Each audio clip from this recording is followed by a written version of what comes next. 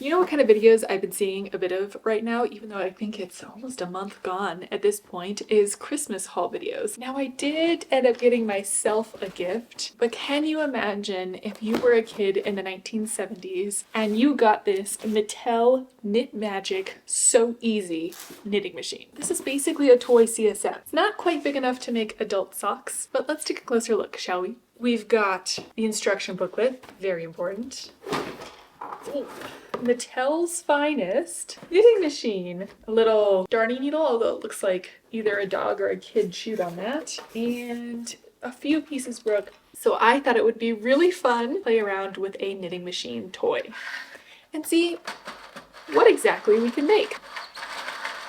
Okay, it's not the smoothest in operation. There seems to be one spot that's a little sticky. Maybe the instructions can help. Okay, so we have how to knit a tube. And the first project is a little fluffy bee. How cute is that? I am 100% making a fluffy bee. You have so many projects you can make in here. A pair of pom-pom slippers. Now, based on the size of the panel, my guess is going to be that it's for a child, so that's definitely not going to fit me, but it's a cool idea. Before we run Let's Walk, let me grab some yarn. I'm going to have to take my best guess as to the thickness of the yarn based on the picture that I can see here. Let's get some yarn and let's figure out how to knit a tube. I've always been inspired by clever designs, and it's not just really fun vintage knitting machines that have caught my eye recently. I've also been thinking about how to make smarter, greener choices at home. For example, when it comes to everyday essentials like laundry detergent, I wanted something effective, but also better for the planet. And that's where Blueland comes in, the sponsor for today's video.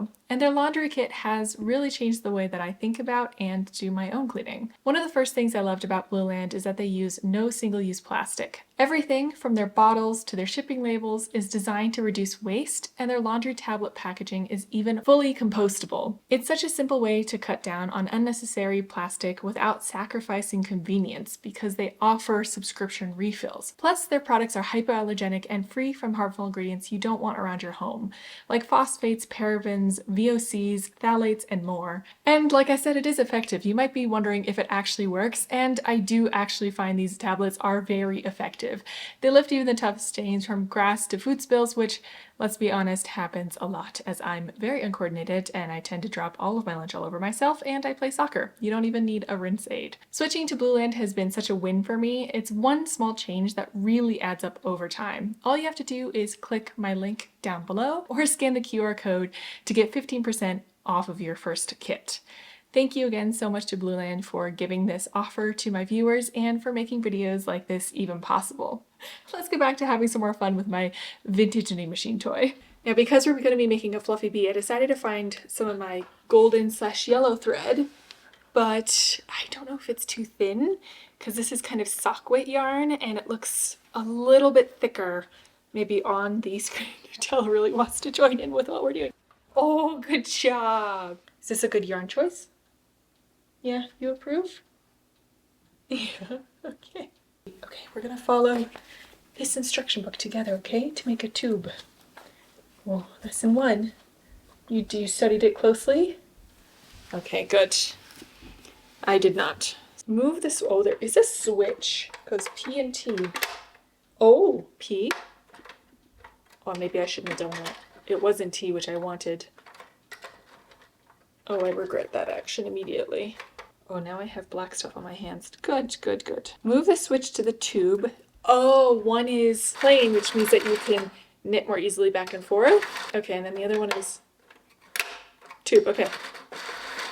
We're back in the tube position. Find the loose end of yarn and drop it inside until it touches the tabletop. Drape the yarn under the hook on the first needle. Turn the crank away from you. Drape behind the next needle. Oh, we're casting on. Okay, this is casting on by another name. Alternate until all needles are threaded. I'll bring you a little closer. You can see what I'm doing because I'm sure you're confused, just like I was. We're basically trying to cast on, so since I just put the yarn under this hook, I'm going to crank forward and we're going to go behind the next one, and then in front of the next one, and then behind that one, in front of the next one, behind, in front, and then the last needle should be behind. Perfect. Put the yarn through the yarn guide. Oh, no, we have to do like this.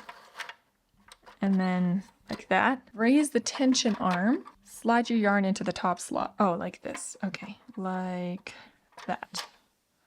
Lovely. Thread the yarn over and through the second slot.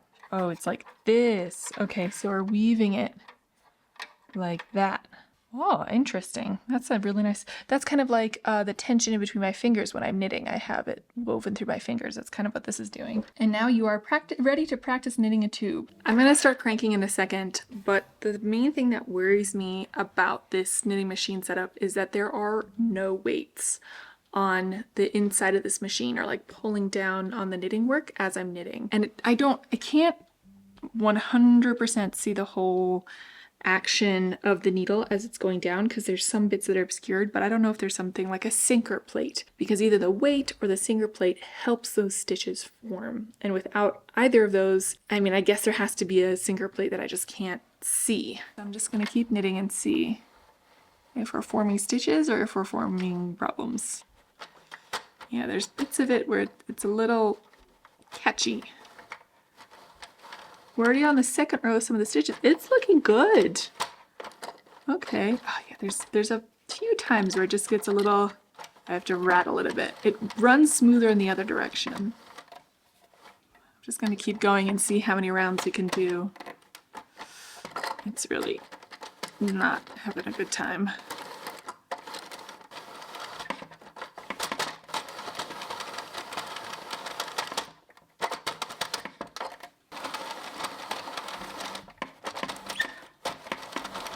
It is definitely forming a tube. If I wanted to stuff this in any sort of way, it wouldn't work. You need much thicker yarn, but take a look. Isn't that forming quite nicely? On knitting machines, you're always gonna see the wrong side of the work being formed. So this is like the purl side or wrong side of the work that you're seeing.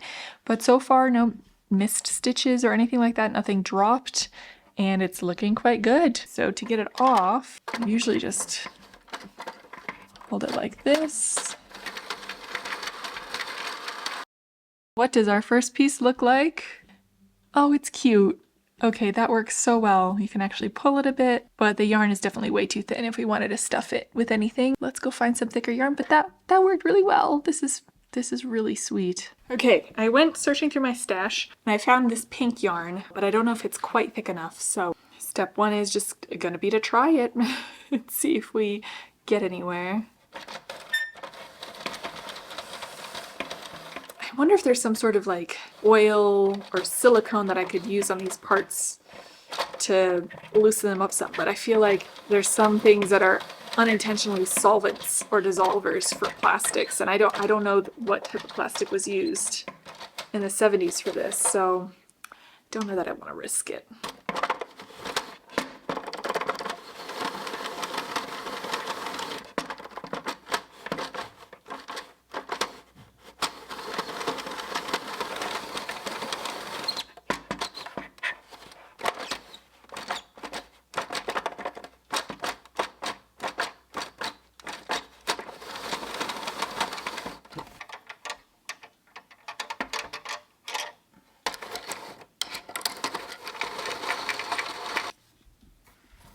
The second sample of knitting is much better than the first, much more solid stitches, although I still feel like if I were to stuff this, there would be some stuffing that comes out. I found even thicker yarn. I think this might be Aran weight, so let's hope that this one will work.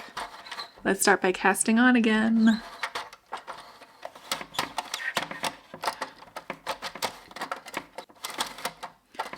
Oh, it's not as smooth as before. I feel like I might be at the limit of size, and like this yarn is also quite frictiony. It's not as smooth as the other one, so I feel like I'm finding the limits of this machine right now. Don't really want to test the limits of it though. I mean, it's working, it's just not as smooth. I'm gonna start making the fluffy bee, and it says to knit 20 rows. Now, I was not counting, I have to be honest. I'm gonna say, based on what I can see, that we're on row 3. We have 17 to go. 10, 20, one for good luck. 21, Okay, now we're supposed to take it off. There we go. Our tube is out. Look at that tube. Okay, so I haven't pulled it yet. You're supposed to. But step one is to pull the string on this end, and that should close that off to make one end of the bee. We're gonna have a white bee. I love it. There we go. You can definitely see through, so maybe I'll stuff it with something light. I'm supposed to get out a ruler and unravel this end until it measures 3 inches. I think that's 3 inches. Now we have to stuff them.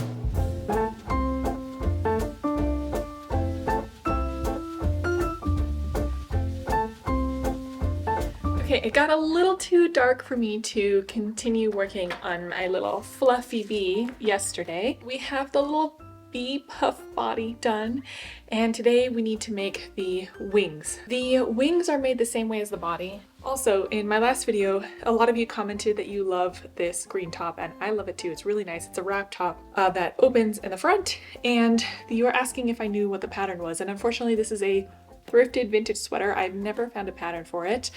So I don't have it, I didn't make it myself, but it is one that I have been strongly considering writing a pattern for, although there are a few sweaters on that list. So let me know if you want me to write a pattern at some point for this sweater. Let me know. But let's get back to the fluffy bee. See if I remember. I haven't looked at the instructions yet today, so I'm just gonna see if I remember it all. Oh goodness gracious.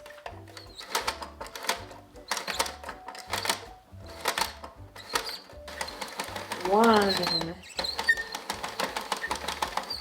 2,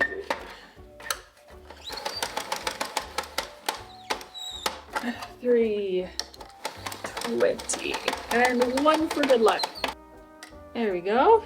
Now we pull this in tight. I love how magically easy it is.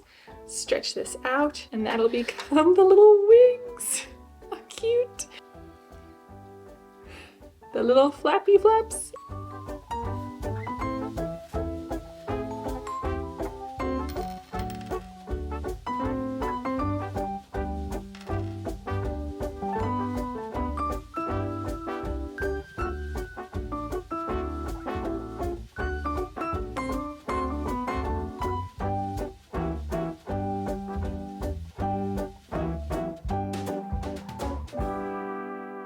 Although it would have been much cuter to put the buttons on as eyes for my bee, I am still really happy with how the little bee turned out. Honestly, it looks kind of like a cross between a mouse and a bee, but I'm still super happy with my little fluffy bee. I'm not quite done yet though. I want to do one more project. I'm in the mood for one more thing, and what really stuck out to me is the headband. I really liked the tube that we created from this pink one, and I can imagine that as a really cute headband. Let me unravel this.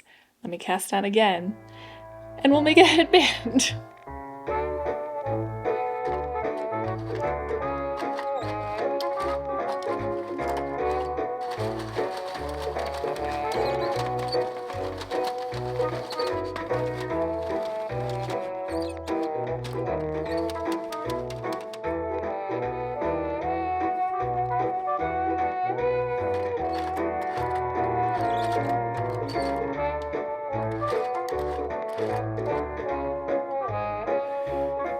My little headband strip is done. I have to anchor the ends still, but I think the idea is to kind of have it like this, and then to tie the ends behind.